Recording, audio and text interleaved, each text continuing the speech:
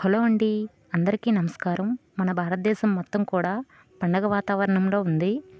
అయోధ్యకి రామయ్య తండ్రి వచ్చేస్తున్నారు. జనవరి 16 నుండి 22వ తేదీ వరకు జీవితంలో మనం మర్చిపోలేని రోజులు.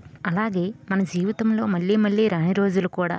అయితే ప్రతి పండగ ప్రతి సంవత్సరం వస్తుంది. ఈ జనవరి 22వ తేదీన వచ్చిన పండగ మాత్రం ఎప్పుడూ రాదు. 500 సంవత్సరాల తర్వాత మళ్ళీ ఇప్పుడు జరుపుకుంటున్నాము. ఆ అయోధ్య రామయ్య తండ్రి మన కోసం వచ్చేస్తున్నాడు. మళ్ళీ మళ్ళీ మన జీవితంలో ఇటువంటి రోజులు రావు. దీని విలువ మనకి ఇప్పుడు తెలియదు. 2-3 తరాల తర్వాత అయోధ్య రామ మందిరం నిర్మించినప్పుడు మేము ఉన్నాము అని చెప్పుకోవడానికి చాలా గర్వంగా ఉంటుంది. ఈ రామ మందిరం నిర్మించేటప్పుడు మనం ఉన్నామంటే అది ఎన్నో జన్మల పుణ్యఫలం. ఈ అయోధ్య రామ మందిరం నిర్మాణం గురించి మన తర్వాత తరాల వారికి గొప్పగా చెప్పొచ్చు. ఈ నిర్మాణ సమయంలో మనం ఉన్నామంటే అది గొప్పగా అదృష్టంగా ఫీల్ అవ్వాలి. జనవరి 16వ తేదీ నుంచి 22వ తేదీ వరకు అక్కడ పలు కార్యక్రమాలు జరుగుతాయి. అయితే మనందరం జనవరి 22వ తేదీన రామదీపావళి జరుపుకోవాలి. ఈ దీపాలు ఎందుకు పెట్టాలి, అసలు ఎప్పుడు పెట్టాలనే విషయాల గురించి ఈరోజు తెలపబోతున్నాను. నారాయణుడు నరుడుగా జన్మించి ఎన్నో కష్టాలు బాధలు మనలాగే అనుభవించి ఎక్కడా తొనక్క బెనక్క మనిషి జీవితం ఎలా ఉంటుందో చూపించేవారే శ్రీరాముల వారు. ఎప్పటికైనా రామయ్య తండ్రి తమ రాజ్యానికి రాకపోతారా అని ఎదురు చూస్తూ 500 సంవత్సరాలుగా 5 తరాల వారు కన్నీటితో రామనామంతో పోరాడే శక్తి సాధించుకునే మార్గం తెలియక తమ దేహాలను వదిలి వెళ్ళిపోయారు. ఈ తరానికి వచ్చిన అదృష్టం అయోధ్యలో రామాలయం నిర్మాణం.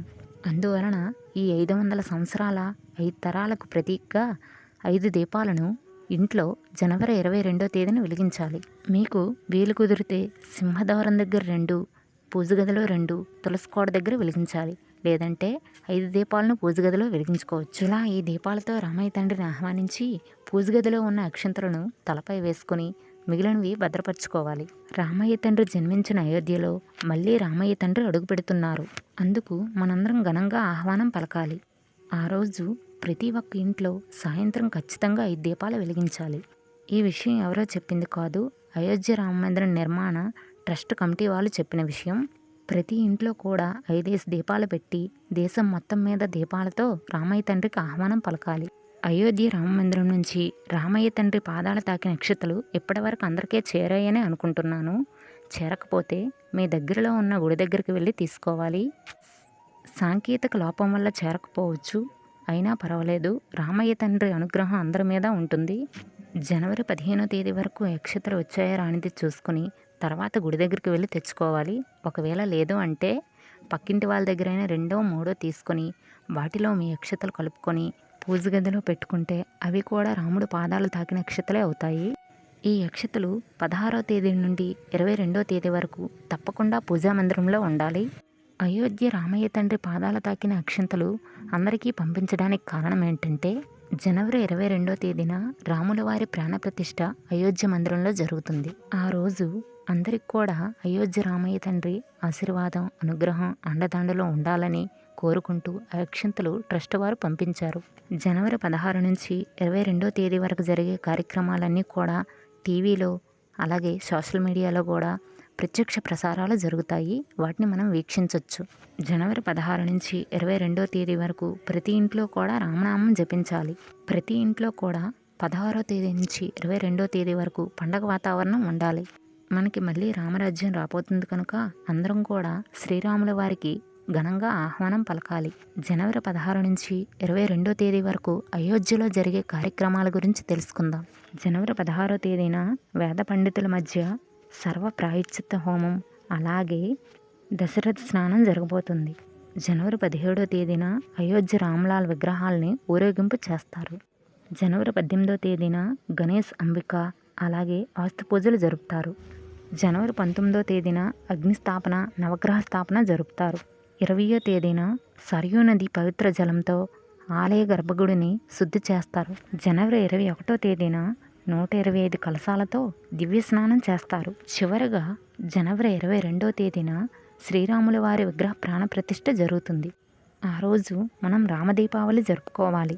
500 సంవత్సరాల తర్వాత జరగబోయే అద్భుతమైన కార్యక్రమం అలాగే ఎంతో పవిత్రమైన కార్యక్రమం కూడా. ఇటువంటి పండగ ప్రతి సంవత్సరం రాదు. అందుకే రామనామం పలుకుతూ ఆ రామయ్య తండ్రికి ఆహ్వానం పలకాలి.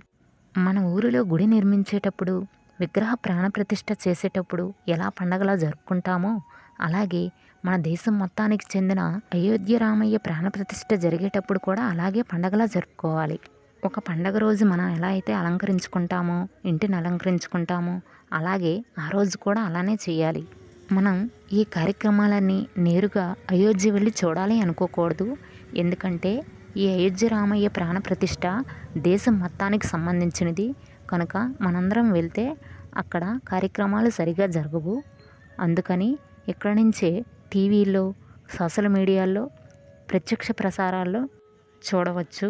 అయితే అక్కడ విగ్రహ ప్రాణప్రతిష్ఠ జరిగే సమయంలో ఉన్నవారందరూ మాత్రం ఎన్నో జన్మలు చేసుకునే పుణ్యం వల్ల అక్కడ ఉన్నారని చెప్పుకోవచ్చు.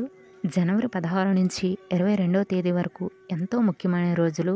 ఈ రోజున మనం అస్సలు మిస్ అవ్వకూడదు. మానవ జన్మను ఉద్ధరించడానికి సాక్షాత్తు శ్రీ మహావిష్ణువే శ్రీరాముల వారి అవతారంలో జన్మించారనే విషయం అందరికీ తెలిసిందే. అలాంటి ఆ రాముల వారు మృగశిర నక్షత్రంలో జన్మించారు. ఈ జనవరి 22వ తేదీన మృగశిర నక్షత్రం ఉంది కనుక ఆ రోజు ఎంతో పవిత్రమైన రోజు కనుక ఆ రోజు ఈ విగ్రహ ప్రాణప్రతిష్ఠ కార్యక్రమం జరుపుకుంటున్నారు. అలాగే రాముల వారు అభిజిత్ ముహూర్తంలో కూడా జన్మించారట.